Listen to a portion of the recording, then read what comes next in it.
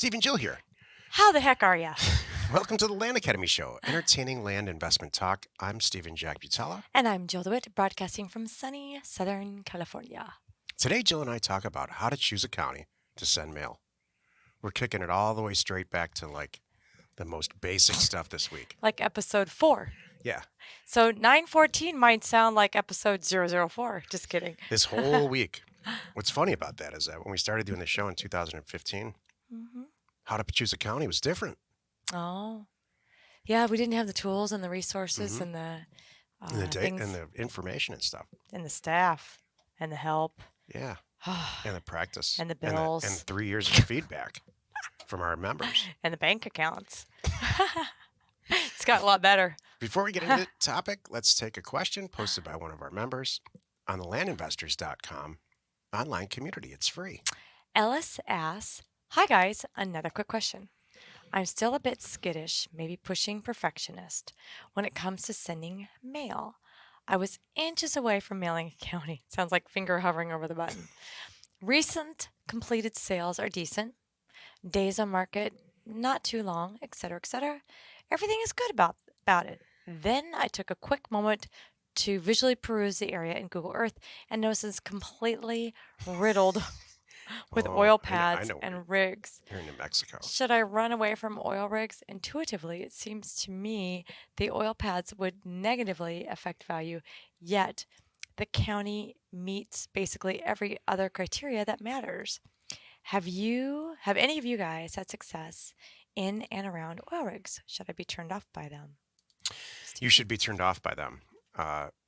And yes, we have purchased property that has an existing oil rig on it and with a lease in place, and they're usually very, very low revenue, like $500 a year. And all it is really complicating what we do. So I've never had any interest in oil and gas or any of that stuff. It's a whole separate industry. Mineral rights is a completely separate deal versus surface rights, which is what we buy. Right. So, no. For me, I took it at just like even old school, like who would be your customer? Yes, Yeah. I want to live out there. I like No. watching that thing go up and down. It's very therapeutic. Could you imagine? That's where I want to be. My whole goal in life I could hang my laundry on it. is to live 20 yards from an oil rig. I don't think that niche exists. I think of all the reasons that we sell property to people, like we literally have a database full of people who want to buy property without access because they want to be lost like that. It's true. Never have I This is seen. not one of them. I want to live in an industrial center. You know, my kids love to go play on the oil rigs. You know, if you're bored on this topic, do you know that city of Los Angeles has like a bajillion oil rigs right in little neighborhoods? It's just really weird. going up and down. So if you're bored one day, go on Google and type in functioning oil rigs in the city of Los Angeles, and you'll just crack up. Funny. It's like you can have a beautiful view off a bluff, but Yep. right halfway down the bluff are these rigs and like Or like the a heck? really nice neighborhood in Bel Air, Yeah, and you'll see an oil rig like between two mini mansions. it's hilarious. It's some classic stuff. Yeah. Now, that's my opinion.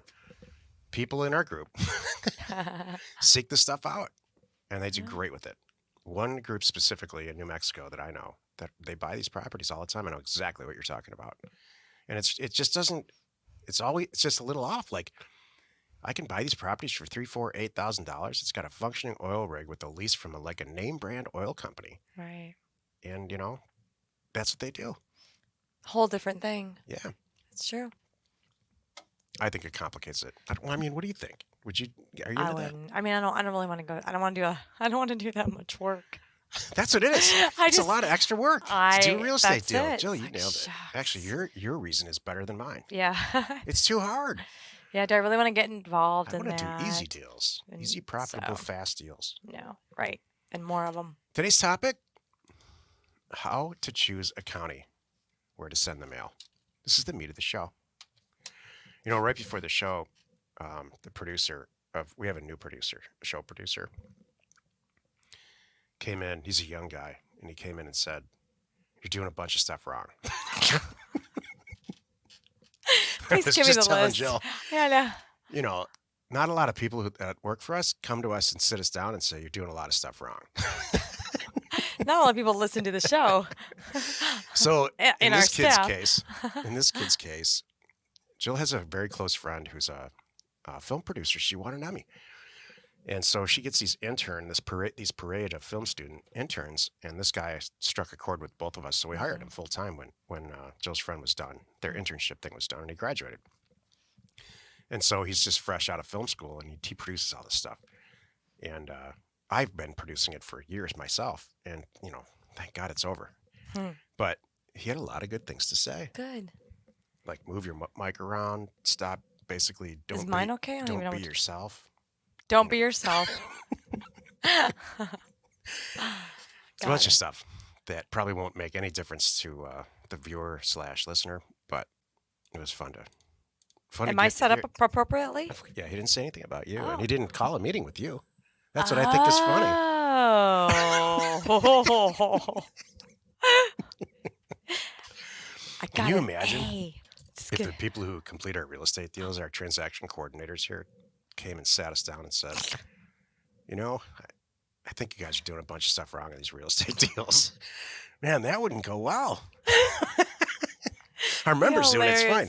Hilarious. Member Joe Martin's, we're changing all kinds of stuff because of the things that he's telling us. Yeah. Anyway, It's hilarious. I looked at this topic, by the way, and I have a question. So if you want to, I can go either way. I can interview you by asking you sure, questions. Okay, cool. sure. So here's my first question on choosing a county. Why do people get hung up here? I don't know, Jill. It's a very natural thing for me to choose where to send mail. And for the people in the advanced group, got hung up on this. I think it's not actually being hung up on the topic. I think you can file it under. I just have first. I have newbie jitters.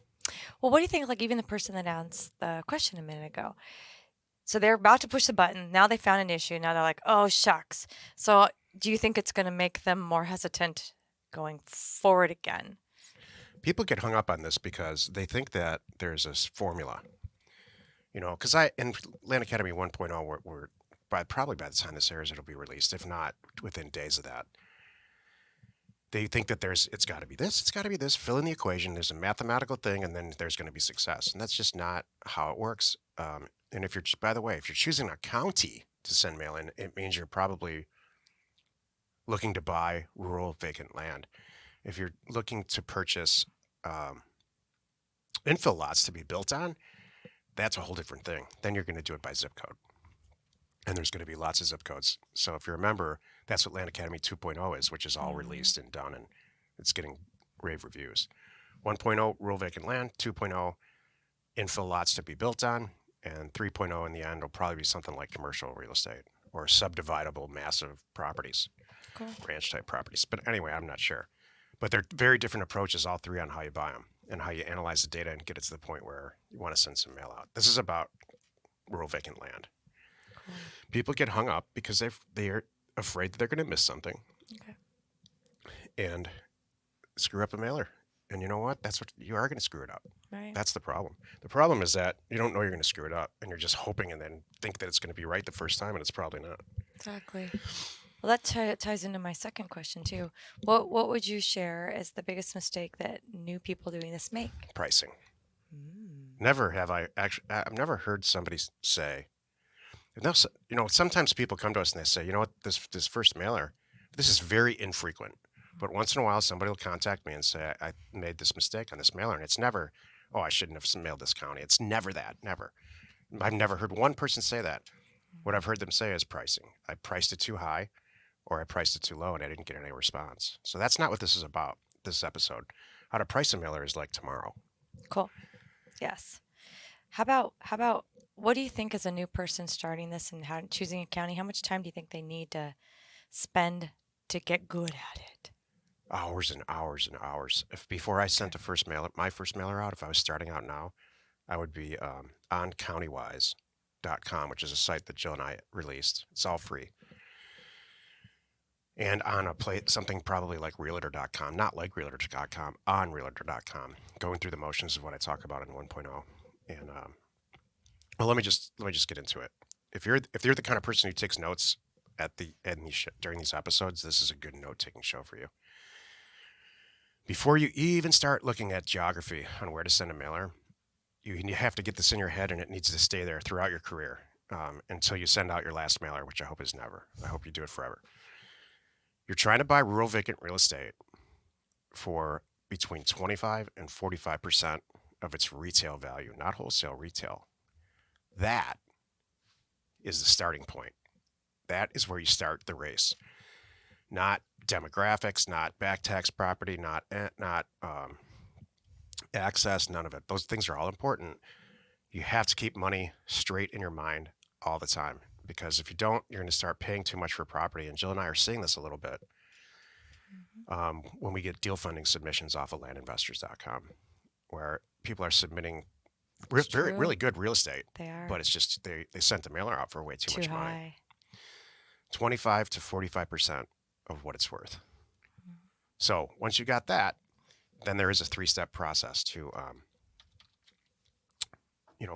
picking a county. Number one, find a place where people want to buy real estate.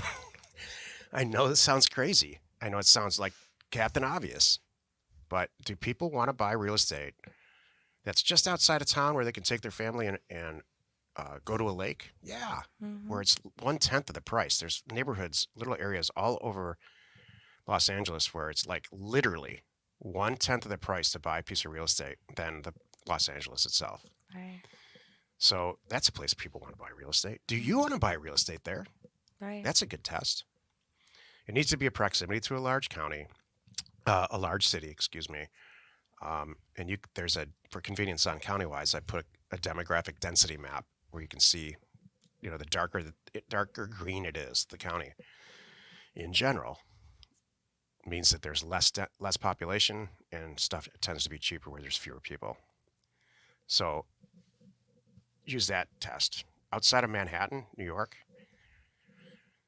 you can go about an hour north and start buying some crazy cheap properties. Am I saying you should run out in those two counties and do it? No. No. Outside of Des Moines, Iowa, there's probably cheap real estate too. Not farmland, recreation land. So it's not going to take long for you to find. I'm sure wherever you are, there's like multiple vacation spots. And am I saying just vacation spots? No, just places that are way, way, way cheaper than what people. You want them to be shocked at the price. People know how much real estate is where they live, and then when they find out it's 1/10 the price, 2 hours away, that's a good thing. Thanks for doing this show, by the way. I'm over here. I'm just kidding. Number two, now you've got an idea, let's say outside of Los Angeles or in Manhattan, New York, or whatever. Even like Detroit and Chicago, upstate Michigan, or in Wisconsin, there's 2 hours away, super cheap places. Mhm. Go there onto realtor.com. We're in number two now, and start pricing houses and land for not the for sale stuff, not completed sales, for sale. Completed sales and comps, that's all 1971. We have so much data right at the fingertips for free now. Completed sales just don't matter anymore. When people say, "What about the comps, man?" I know exactly how old they are. Mhm. Younger people only look at what's listed for sale because the sale prices and the closed prices are almost the same in every market. So establish some consistency on realtor.com and find not for land, for houses, and see that it's relatively consistent. The last thing you want is these huge varying prices because it's impossible when you're not when you're new to correctly price your mailer. So look for consistency. Test it for a reason. Are there a lot of things are there too many properties for sale? If you go to Detroit on realtor.com right now, you'll see thousands and thousands and thousands of properties for sale. You want to get in that mess? No. You want to find a place where there's not too much stuff for sale, but there's not nothing for sale. So you want to be at the top of that bell curve. Not nothing. You need to know how to price it. It's still There needs to be enough data so you can price it. exactly. Exactly, Joe. Again, you should be shocked at how cheap it is Right. based on the urban area. And then the final step is to test it for reason. Does it make sense if I buy a piece of like 4 acres outside of XYZ urban area? 2 hours north, let's say, for a few $1,000s that I can sell it for 8,000 or 12,000. Are there a lot of properties for sale for 12,000? If there are, then you better be buying it for 2 or 3. This isn't about pricing. This is about testing it for a reason. And then on top of that, this is number 3 now. Built into number 3, check the volume of back tax properties. If there's tons and tons and tons, this is all in county-wise, of back tax properties available, that generally is not a good idea to again, do you want to get in that soup? No. That's an indication of a super problematic inner city situation, or a paper subdivision situation, usually out west, where there's so many properties in a county like Mojave County, Arizona. You don't want to play there. Now, that said, Jill and I have made hordes of money in these situations. I'm just saying it's not for the new people. Thank you. So that's the 3-step process. I can't overstate this enough. It just needs to make sense to you. It does. Some of the most successful members in our group have taken the information that I've just shared with you and twisted it to make it their own version of it, True. and they're printing money. Right. I'd like to add one thing that we Sure. don't tell you too is it doesn't matter where it is. There's no secret county. There's no special place. If anyone says a secret county, let them have it. Go somewhere else because now you know how to choose a county. And that's what is going on in our community and with our members in our world. And they are hitting areas that we've never heard of and are killing it. People ask me all the time, where doesn't this work, or where does this work? Right. It works in every single county. There's 3,144 county parishes in this country. It works in every single one. What will make or break your career in this is pricing. You can't price Manhattan, New York at $500 an acre. Right. You're wasting your time. You're going to upset a lot of people, and you're going to frustrate yourself and waste money. Exactly. But in lots of places in Nevada and Arizona, $500 an acre is way too much.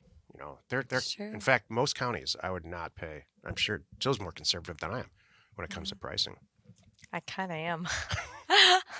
I greenlight stuff Yeah. sometimes that we get in, and she's like, nope. It used to be the other way. Isn't that funny? That's very true. The role, it's changed a little bit. That's really funny. That's good.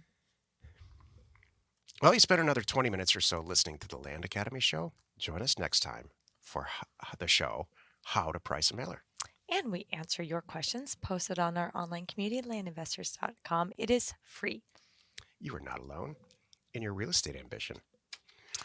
Oh, I forgot what that felt like. It's kind of nice. There's a lot of our shows, it's like 50-50. And then there's shows that we do that's like all me, that I'm doing all the talking. And this show was definitely all you.